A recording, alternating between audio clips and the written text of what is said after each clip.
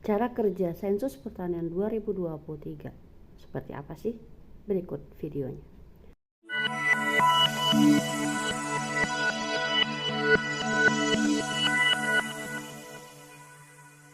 Assalamualaikum warahmatullahi wabarakatuh. Halo sahabat Bunda Zaman Now. Ketemu lagi dengan saya Nani Sumarni di sini yang pada kesempatan kali ini akan menceritakan atau membagikan informasi mengenai bagaimana cara kerja sensus pertanian 2023 dari buku pedoman pelaksanaan kegiatan sensus pertanian 2023 nanti.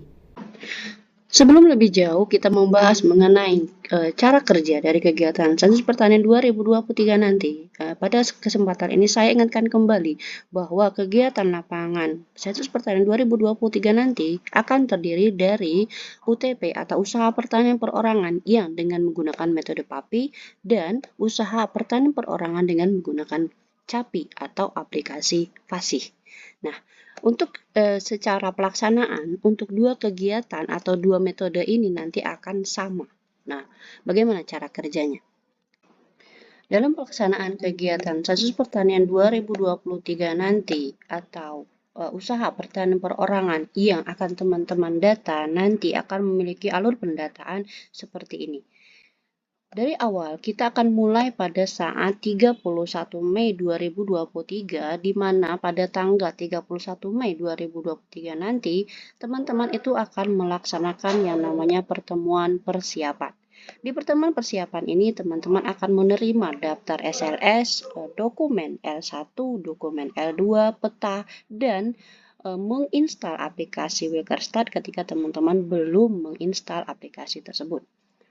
Lalu, di 1 Juni 2023, teman-teman mulai melaksanakan yang namanya pengenalan wilayah tugas.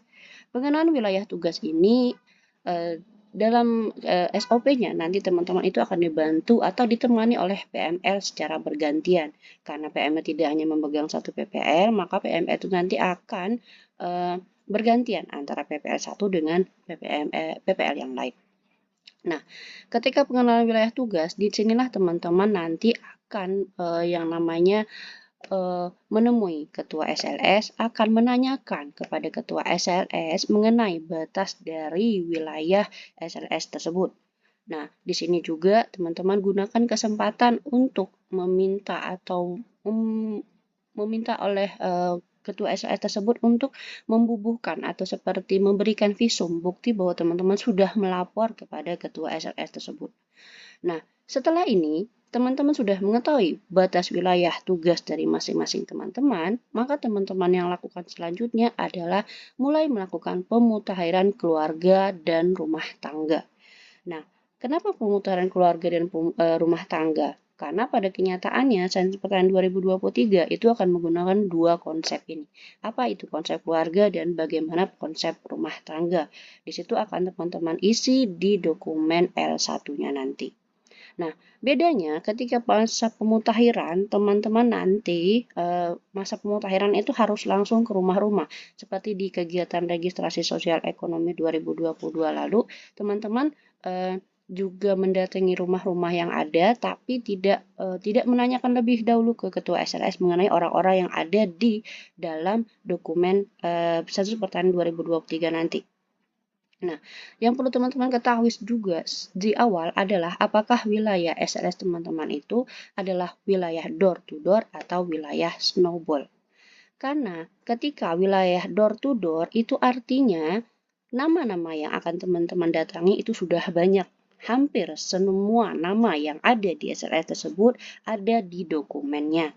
Tapi ketika di bagian awal dokumen yang teman-teman pegang adalah wilayah snowball, maka nama yang ada di dalam dokumen itu paling banyak hanya sebanyak 3 nama. Jadi, mekanisme pemutakhiran sensus pertanian 2023 nanti itu di wilayah door to door akan seperti ini kurang lebihnya.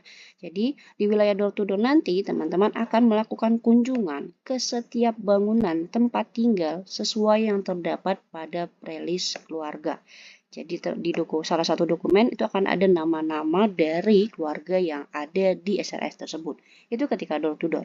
Tapi ketika di Snowball, maka teman-teman akan melakukan kunjungan juga ke setiap keluarga pertanian berdasarkan informasi narasumber yang juga merupakan keluarga pertanian. Seperti kata saya tadi, di wilayah non SLS, non konsentrasi atau Snowball, itu teman-teman akan menjumpai beberapa nama keluarga yang sudah diidentifikasi sebagai petani duluan. Nah, dari petani-petani yang ada di dalam dokumen tersebut, teman-teman tanyakan kembali di wilayah SLS yang sama, siapa lagi petani yang belum tercantum dalam dokumen yang teman-teman pegang. Itu ketika di wilayah Snowball. Nah, akan ada kemungkinan juga teman-teman menerima yang namanya prelis kosong. Artinya, prelis kosong atau dokumen kosong nanti di wilayah SLS itu, identifikasi awal itu tidak ada keluarga pertanian. Tapi, itu perlu dipastikan kembali dengan teman-teman mencari informasi tambahan. Bisa dari ketua SLS, bisa dari petani di SLS terdekat dari SLS tersebut. Itu mekanisme pemutakhirannya.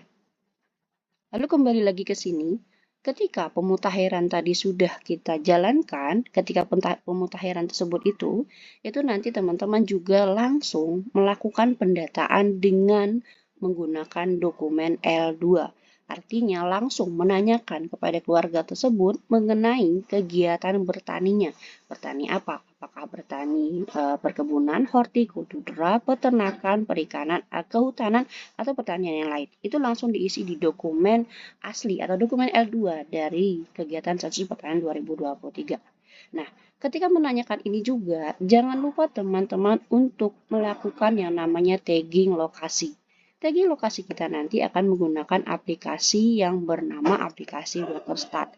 Makanya dari awal pastikan dulu bahwa aplikasi WorkerStart kita yang ada di HP kita itu sudah bisa digunakan. Jangan sampai ketika kita sudah berada di rumah tangga tersebut atau di bangunan tersebut, aplikasi kita itu tidak bisa digunakan. Nah, seperti kata saya tadi, ketika pemutakhiran kita langsung melakukan pencacahan lengkap mengenai usaha pertanian perorangan yang ada di bangunan tersebut.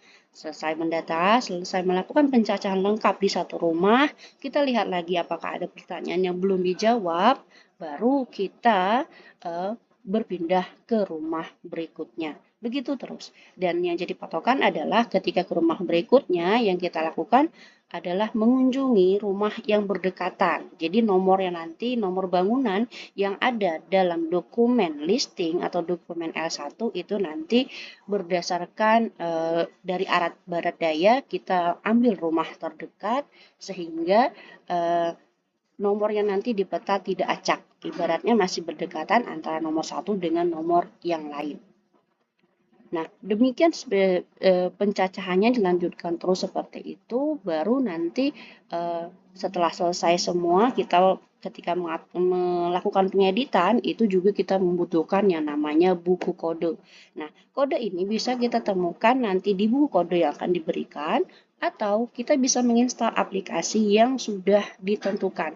Aplikasinya kalau tidak salah ada dua, yaitu aplikasi dari BPS Bangka Belitung, namanya apa ya lupa saya satu namanya Akar Bahar, yang kedua adalah aplikasi bernama Master Code.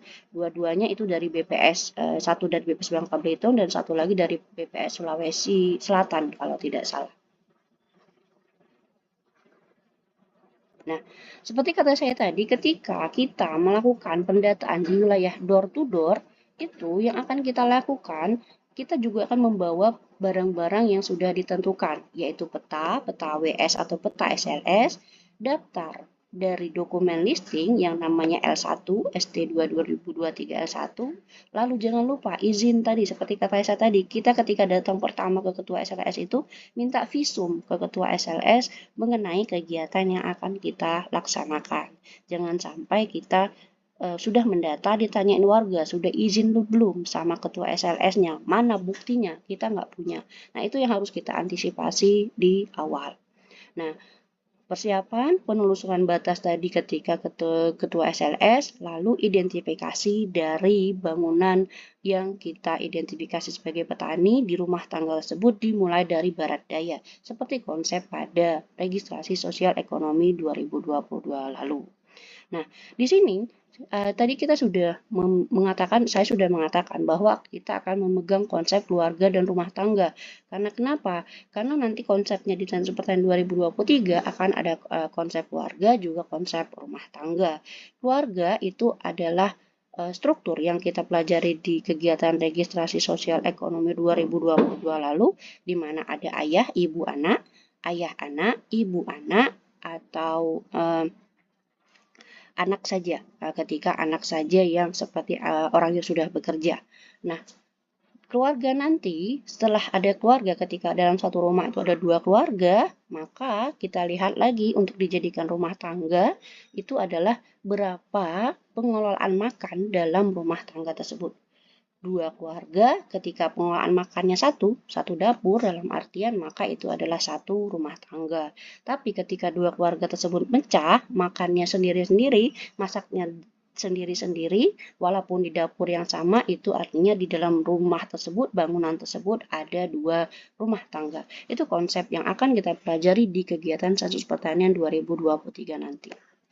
Nah, ketika kita sudah tahu konsep keluarga dan rumah tangganya, maka kita kan membidik yang namanya petaninya tadi. Nah, petaninya yang mana itulah yang kita didata dengan menggunakan kuesioner Sensus Pertanian 2023 L2, di mana di bagian awal itu nanti kita akan mengumpulkan data dulu seluruh orang yang ada dalam rumah, karena konsepnya rumah tangga berarti seluruh rumah orang yang di rumah tersebut ada siapa saja, meskipun dalam kenyataannya itu ada 2 keluarga.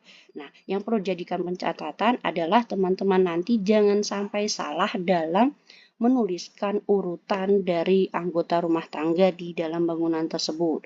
Karena secara SOP nanti teman-teman itu akan mencatatnya dengan kodenya itu berurutan. Jadi 1, 2, 3, 4, 5, 6, 7, 8, 9 kalau nggak salah. Nah, di situ teman-teman harus memperhatikan urutan, karena ketika beda urutan dia ya artinya harus diperbaiki ulang, karena konsepnya kita harus menyatukannya berdasarkan rumah tangga, baru kita mendatanya nanti mengarah ke petani yang bersangkutan yang akan kita data.